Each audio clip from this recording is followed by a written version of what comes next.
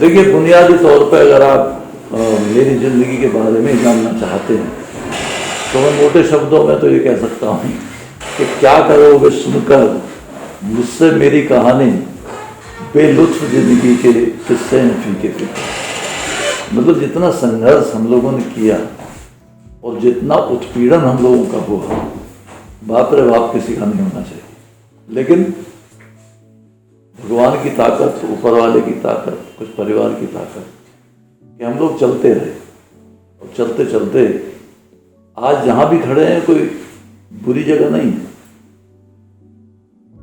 तो छोटेपन में जब गांव में घर नया बनाना होता है तो उसमें किसान के बच्चों को बहुत मेहनत करनी पड़ती है और वो मेहनत घर बनाने के रूप में, स्कूल जाने के रूप में, पशु पालने के रूप में, इस तरह की मेहनत होती है।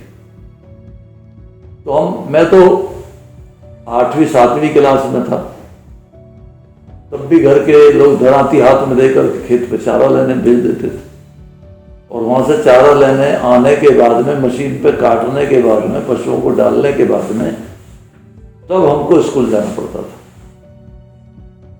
इस तरह की परेशानियां तो रही, हालांकि हम उन्हें परेशानी नहीं समझते, हमारा काम था, हम किसान थे और तो उस लिहाज से काम करते थे।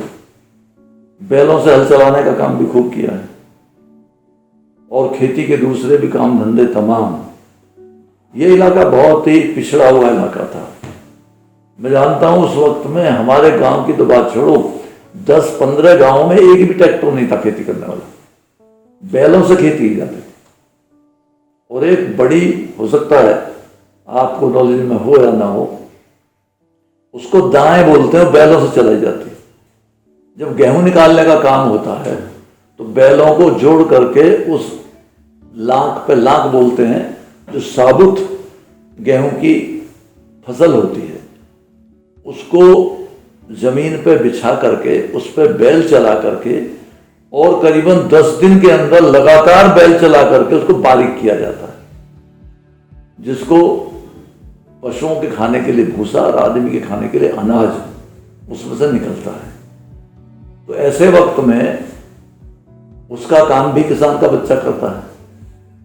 तो मुझे तो वो भी याद है कि अपना घर बनाने के लिए हमारे पास ही एक पानी का बड़ा तालाब था, जोड़ उसको बोलते हैं, बल्कि यहाँ की भाषा में तो उसको खला बोलते हैं।